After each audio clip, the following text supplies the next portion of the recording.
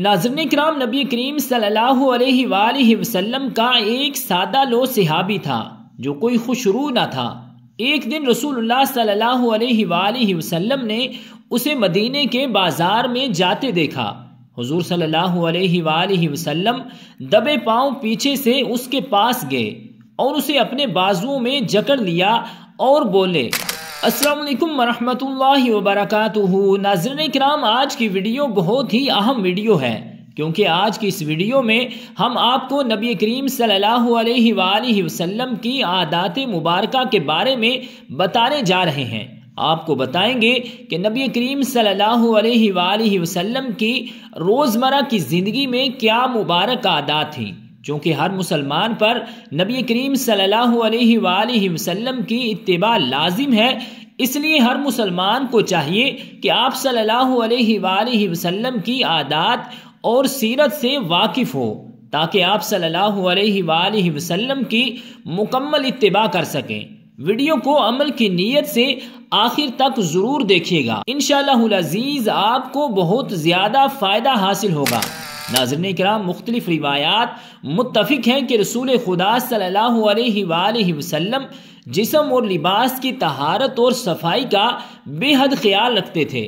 کبھی کبھار آپ صلی اللہ علیہ وآلہ وسلم بال بھی بڑھا لیتے تھے، مگر بالوں کو نہایت صاف ستھرا اور کنگھی سے سنوار کر رکھتے تھے۔ آپ صلی اللہ علیہ وآلہ وسلم تیز تیز چلتے تھے، حتیٰ کہ ان کے صحابہ کرام رضوان اللہ علیہم اجمعین کو ان کے ساتھ قدم ملانے میں دقت پیش آتی تھی، مگر وہ گفتگو نہایت آہستہ آہستہ کرتے تھے۔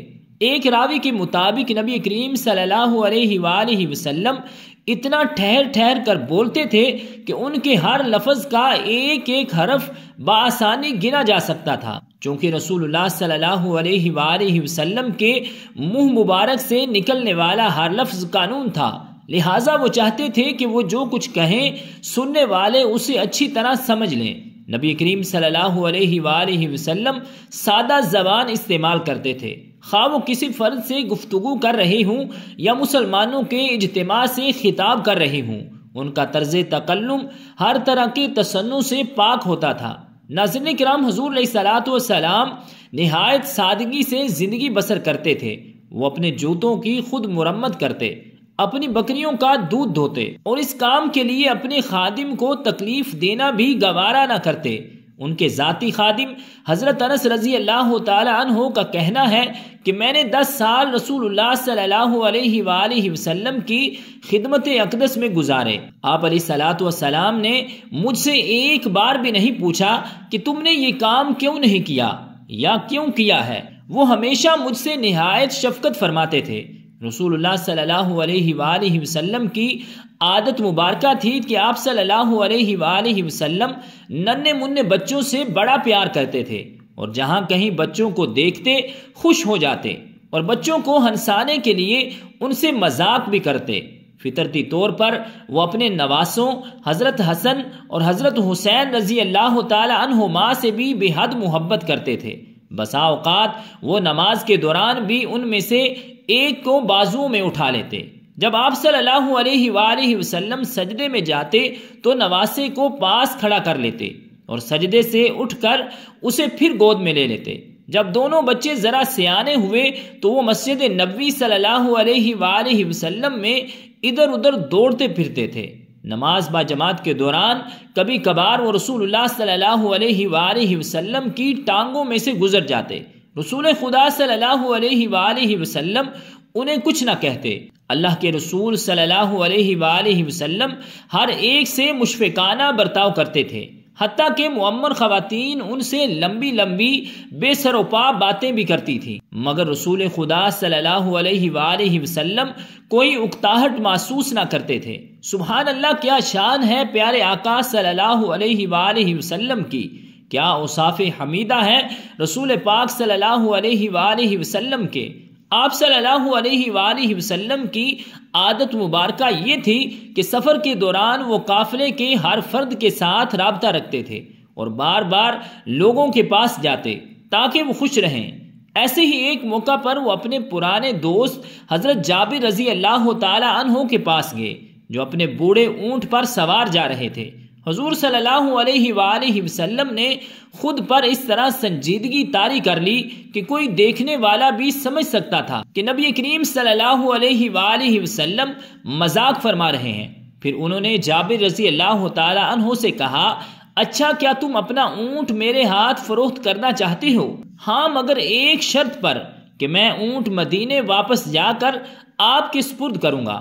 جابر رضی اللہ تعالی عنہ نے جواب دیا، لوگے کیا؟ آپ بتائیے، 1 درہم میں بیچو گے؟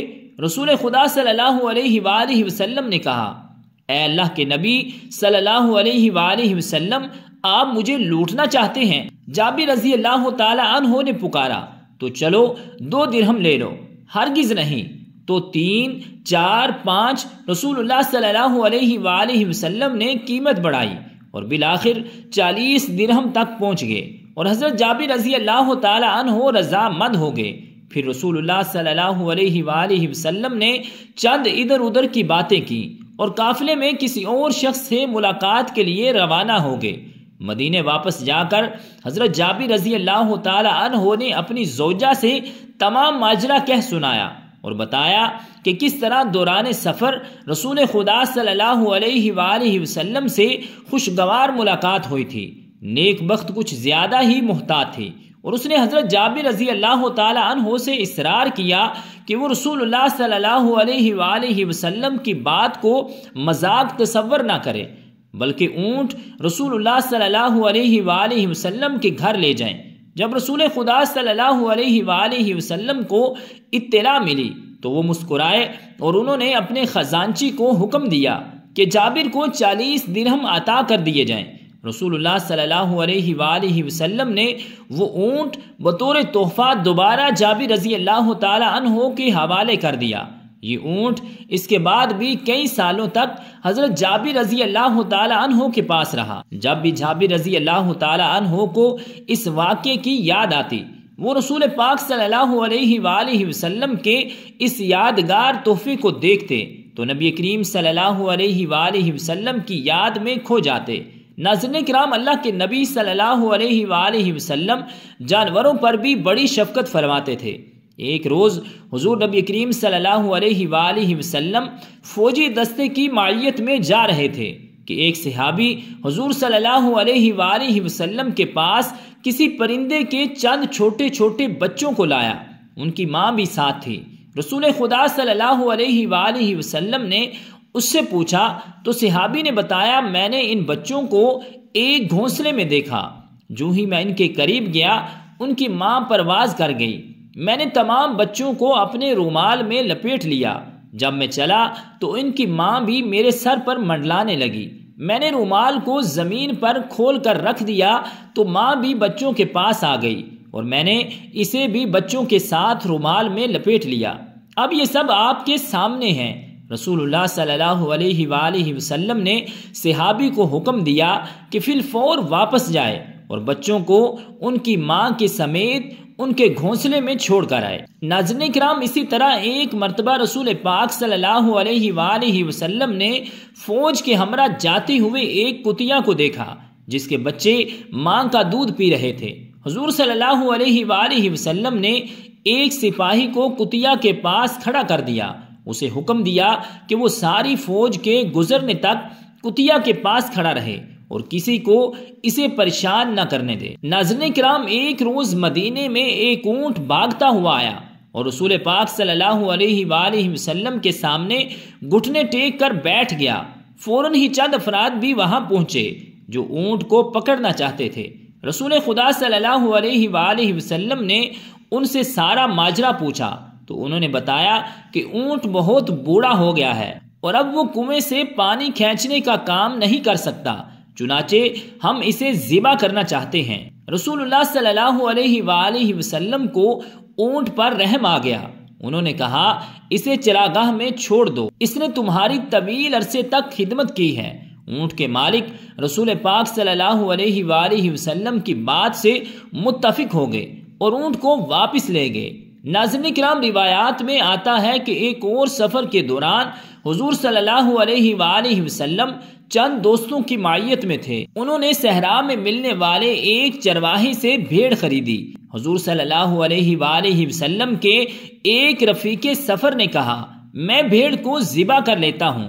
دوسرے نے کہا تو میں اس کی کھال اتار دوں گا۔ تیسرے صحابی نے کہا کہ میں گوشت پکانے اور کھانا تیار کرنے کی حامی برتا ہوں۔ ہر ایک نے کچھ نہ کچھ کام اپنے ذمے لے لیا۔ تو رسول پاک صلی اللہ علیہ وآلہ وسلم نے کہا میں جا کر خشک لکڑیاں اکٹھی کرتا ہوں۔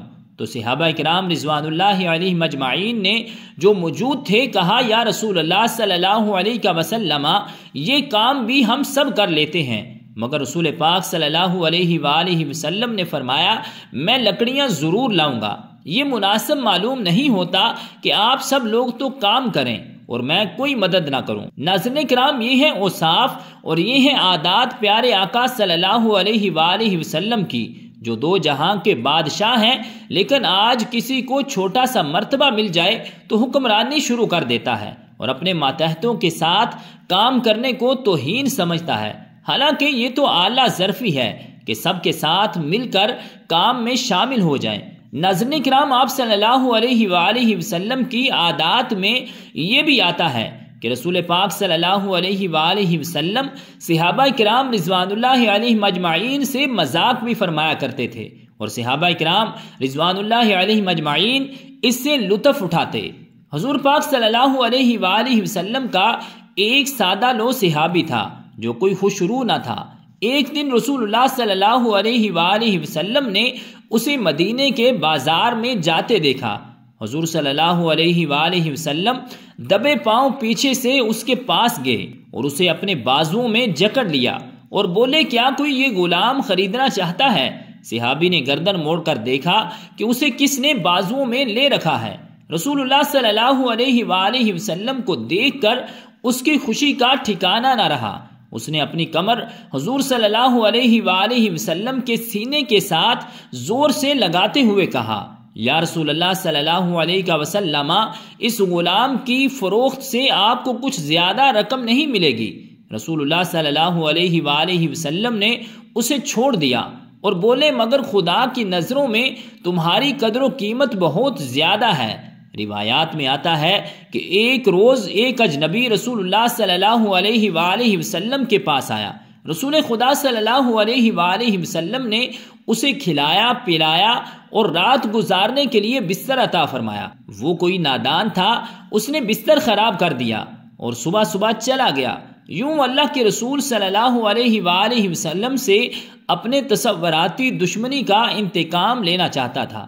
کچھ دور جا کر اسے احساس ہوا کہ وہ اپنی تلوار تو رسول اللہ صلی اللہ علیہ وآلہ وسلم کے گھر میں ہی چھوڑ آیا ہے۔ چنانچہ وہ واپس آیا اور اس نے دیکھا کہ اللہ کے رسول صلی اللہ علیہ وآلہ وسلم اس کے گندے کیے ہوئے بستر کو اپنے دستے مبارک سے دھو رہے ہیں۔ جب رسول پاک صلی اللہ علیہ وآلہ وسلم نے مہمان کو دیکھا تو انہوں نے اس کی تلوار اٹھا کر اس کے حوالے کر دی، اجنبی کو ملامت تک نہ کی۔ ناظرین کرام اس اجنبی پر حضور صلی اللہ علیہ وآلہ وسلم کے اس اخلاق کا اتنا اثر ہوا کہ اس نے رسول اللہ صلی اللہ علیہ وآلہ وسلم سے معافی طلب کی اور کلمہ پڑھ کر مسلمان ہو گیا۔ ناظرین کرام اسی طرح ایک اور روایت میں ہے کہ ایک روز مسجد میں رسول خدا صلی اللہ علیہ وآلہ وسلم نے ایک شخص کو دیکھا جس کی داڑھی الجھی ہوئی تھی اور سر کے بالوں میں کنگھی تک نہیں کی گئی تھی۔ رسول اللہ صلی اللہ علیہ وآلہ وسلم نے اسے مسجد سے باہر جا کر ہاتھ منہ دھونے اور بالوں میں کنگھی وغیرہ کرنے کو کہا۔ جلد ہی وہ حجام کی دکان سے واپس آیا تو رسول پاک صلی اللہ علیہ وآلہ وسلم نے کہا کسی خوفناک شیطان کی مانند نظر آنے سے کیا یہ بہتر نہیں ہے؟ ایک اور موقع پر رسول پاک صلی اللہ علیہ وآلہ وسلم نے ایک مسلمان کو نہایت خستہ حالت میں دیکھا۔ اس کے کپڑے پھٹے ہوئے تھے اور بدن پر جھول رہے تھے۔ جب رسول پاک صلی اللہ علیہ وآلہ وسلم نے اس سے ایسی حالت کا سبب پوچھا تو اس نے بتایا یا رسول اللہ صلی اللہ علیہ وسلم میں کوئی غریب شخص نہیں ہوں، اللہ تعالیٰ نے مجھے کافی دولت دی ہے مگر میں سب کچھ اللہ کی راہ میں لٹا دیتا ہوں اور خود جھوٹے موٹے پر اکتفا کرتا ہوں۔ اس پر رسول اللہ صلی اللہ علیہ وآلہ وسلم نے فرمایا یہ کوئی اچھی بات نہیں ہے، اللہ تعالیٰ نے اپنے بندے کو جن نعمتوں سے نوازا ہے وہ بندے کو ان نعمتوں سے مستفید ہوتے دیکھنا بھی پسند کرتا ہے۔ ناظرین کرام، آپ نے ملاحظ کیا کہ آپ صلی اللہ علیہ وآلہ وسلم کی عادات میں مذاق بھی شامل تھا، اور آپ صلی اللہ علیہ وآلہ وسلم کی عادات میں پیار، محبت اور شفقت بھی شامل ہے۔ آپ صلی اللہ علیہ وآلہ وسلم کی ہر ادا اور ہر عادت ہمارے لیے قابل تقلید ہے۔ جو عادات اور اوصاف آپ نے ملاحظ کیے ان سے رسول خدا صلی اللہ علیہ وآلہ وسلم کی بہترین انسانی صفات اور آپ صلی اللہ علیہ وآلہ وسلم کے مثالی معاشرتی رویے کا بخوبی اندازہ کیا جا سکتا ہے۔ ناظرین کرام، آپ کو نبی کریم صلی اللہ علیہ وآلہ وسلم کی مزید عادات بتاتے ہیں جو روزمرہ زندگی سے متعلق ہیں، اور ساتھ میں ان عادات مبارکہ کے سائنسی اور طبی فوائد سے بھی آپ کو آگاہ کریں گے جن کا اعتراف سائنسی ماہرین نے بھی کیا ہے۔ رسول اللہ صلی اللہ علیہ وآلہ وسلم صبح بہت جلد اٹھ جایا کرتے تھے، بلکہ ایسی کوئی روایت نہیں ملتی کہ آپ صلی اللہ علیہ وآلہ وسلم کی تہجد بھی قضا ہوئی ہو۔ سورج نکلنے سے کچھ وقت قبل اور 1 گھنٹہ بعد تک کا وقت آکسیجن سے بھرپور وقت ہوتا ہے۔ آج سائنسی تحقیق کی بنیاد پر بھی صحت کے اعتبار سے 24 گھنٹوں میں یہ بہترین وقت ہوتا ہے کہ جس میں آپ کو زیادہ سے زیادہ آکسیجن لینے کا وقت ملتا ہے، جو کہ آپ کی صحت مند زندگی کے لیے ایک بہترین مفید عمل ہے۔ آپ صلی اللہ علیہ وآلہ وسلم کی عادت تھی کہ صبح نیند سے اٹھنے کے بعد رسول اللہ صلی اللہ علیہ وآلہ وسلم آنکھوں کا مساج فرمایا کرتے تھے۔ یاد رہے کہ جسم کا پورا نظام 11 سسٹم پر مشتمل ہوتا ہے۔ نیند سے اٹھنے کے بعد یہ سسٹم بحال ہونے میں 11 سے 12 منٹ لیتا ہے۔ اگر آپ آنکھوں کا مساج کرتے ہیں تو یہ سسٹم 10 سے 15 سیکنڈ میں فوراً بحال ہو جاتا ہے۔ روایات کے مطابق رسول اللہ صلی اللہ علیہ وآلہ وسلم بستر سے اٹھ کر کچھ دیر بیٹھے رہتے تھے، اور معمول تھا کہ 3 دفعہ سورہ اخلاص پڑھتے تھے کہ جس کو پڑھنے میں تقریباً 1 منٹ صرف ہوتا ہے۔ آج کل میڈیکل سائنس بتاتی ہے کہ ہمارے دماغ میں ایک رگ ہے کہ جس کے ایک حصے سے دوسرے حصے کے لیے خون کے لیے ایک پل بنتا ہے۔ اس طرح اس پل کے ذریعے سے ہی ہماری پورے دماغ کو خون کی سپلائی بحال ہوتی ہے کہ جہاں سے ہمارے تمام تر اعصاب یعنی پورا جسم کو کنٹرول ہونا ہوتا ہے۔ اگر کوئی شخص صبح بیدار ہونے پر اچانک اٹھ کر چل دے جبکہ ابھی دماغ میں خون کی سپلائی بحال نہیں ہوئی تو اس شخص کو یہاں برین ہیمرج ہو سکتا ہے، یا وہ دماغ کے کئی دوسرے مسائل کا شکار بھی ہو سکتا ہے کہ جن میں اچانک جسم کے کئی حصوں کا مفلوج ہونا فالج بھی شامل ہے۔ جبکہ اگر وہ صرف 1 منٹ بیٹھا رہے کہ اس کے دماغ میں خون کی سپلائی بحال ہو سکے تو بہت سے پیچیدہ مسائل سے بچ سکتا ہے۔ یہ باقاعدہ ایک سائنسی تحقیق ہے۔ ناظرین کرام، اس ایک حدیث مبارکہ کے پیچھے بہت سے پروفیسرز، ڈاکٹرز کی ریسرچ بھی شامل ہے کہ جس میں غیر مسلم ریسرچرز نے بھی اتفاق کیا ہے کہ ہمیں محمد صلی اللہ علیہ وآلہ وسلم کی اس سنت کے مطابق صبح اٹھنے کے بعد بیڈ پر کچھ دیر بیٹھے رہنا چاہیے۔ اس کا فائدہ یہ ہے کہ دماغ پوری طرح سے بحال ہو کر ہمارے جسم کی بھرپور رہنمائی کے قابل ہو جاتا ہے۔ اس سنت مبارکہ پر جہاں بہت بڑا اجر و ثواب ہے وہاں صحت کا بہت بڑا راز بھی ہے۔ ناظرین کرام، آپ صلی اللہ علیہ وآلہ وسلم کی ایک عادت مبارکہ یہ بھی تھی کہ دوپہر کے کھانے کے بعد 1 گھڑی کے لیے یعنی کہ 20 سے 25 منٹ آپ صلی اللہ علیہ وآلہ وسلم لیٹ جایا کرتے تھے۔ اس کا فائدہ یہ ہے کہ تقریباً 68% افراد میں جب وہ لنچ کرتے ہیں تو ان کا معدہ تھوڑی مقدار میں الکوہل پیدا کرتا ہے۔ ایسے میں اگر انسان چل پھر رہا ہو تو وہ چکرا کر گر سکتا ہے یا اس پر خمار کسی کیفیت طاری ہو سکتی ہے۔ یہی سبب ہے کہ آپ ہمیشہ دوپہر کے کھانے کے بعد اپنے آپ کو تھوڑا سا بوجھل محسوس کرتے ہیں۔ اگر ہم کچھ دیر لیٹ جائیں تو الکوہل سے پیدا ہونے والے خمار کا ذہن پر زیادہ دباؤ نہیں آئے گا اور وہ جسم کے نظام کے لیے زیادہ فعال رہے گا اور ہم کسی بھی طرح کے حادثے سے بچ سکیں گے۔ اس کے علاوہ بھی اس سنت مبارکہ پر عمل نہ کرنے کی صورت میں بہت سے صحت کے مسائل کا خدشہ رہتا ہے۔ ناظرین کرام، چونکہ یہ بات آج تحقیقات سے ثابت شدہ ہے، اس لیے دنیا بھر کے ممالک میں بیشتر 1 سے 2 یا 3 بجے تک دوپہر کا وقفہ کیا جاتا ہے تاکہ لوگ لنچ کے بعد کچھ کیلولا کر سکیں۔ آج پورا یورپ رسول اللہ صلی اللہ علیہ وآلہ وسلم کی سنت کو عملاً اپنائے ہوئے ہے، اور پورے یورپ میں دوپہر 1 سے 3 بجے تک کا وقفہ ہوتا ہے۔ انہوں نے سنت رسول صلی اللہ علیہ وآلہ وسلم پر ریسرچ کر کے اس کو اپنایا ہے، اور ہم سے کہیں بہتر صحت کا معیار رکھتے ہیں۔ رسول اللہ صلی اللہ علیہ وآلہ وسلم کے معاملات اور عادات میں پیر جمعرات کا روزہ بھی شامل تھا، اور آپ صلی اللہ علیہ وآلہ وسلم نے ان روزوں کو رکھنے کی ترغیب بھی دلائی، یعنی کہ ہفتے میں 2 روزے۔ رسول اللہ صلی اللہ علیہ وآلہ وسلم کا فرمان مبارک ہے کہ مسلمان 1 آنت میں کھانا کھاتا ہے جبکہ کافر 3 آنت میں، اور ہمیں نصیحت فرمائی کہ جب خوب بھوک لگے تو کھانا کھاؤ، اور ابھی بھوک باقی ہو تو چھوڑ دو۔ یہ عمل آج کل جدید میڈیکل کی زبان میں آٹوفجیا کہلاتا ہے۔ یہ انسانی جسم کو صحت مند رکھنے کا بہت عظیم راز ہے۔ ہوتا یہ ہے کہ جب ہم معمول کے مطابق اپنی ضرورت سے زیادہ کھانا کھاتے رہتے ہیں تو جسم میں ایکسٹرا پروٹین فیٹ اکٹھے ہو جاتے ہیں، جو کہ جسم کی ضرورت سے زائد ہونے کے سبب جسم میں زہر کا کردار ادا کرتے ہیں اور مختلف بیماریوں کا سبب بنتے ہیں۔ ناظرین کرام، آج کی عام بیماریاں شوگر، کولیسٹرول اور بلڈ پریشر کا بنیادی سبب یہی ایکسٹرا فیٹ ہی بنتے ہیں۔ جب آپ کو بھوک ہوتی ہے تو جسم میں کھانا ہضم کرنے کا خودکار نظام پوری طرح سے تیار ہو جاتا ہے۔ اگر ہم نے 100 لقمے کھانے تھے مگر 70 پر ہاتھ روک لیا تو باقی 30 لقمے کی جن کی جسم کو ضرورت تھی، جسم میں وہ ضرورت ان ایکسٹرا پروٹین اور فیٹس کو کھا کر پورا کرتا ہے۔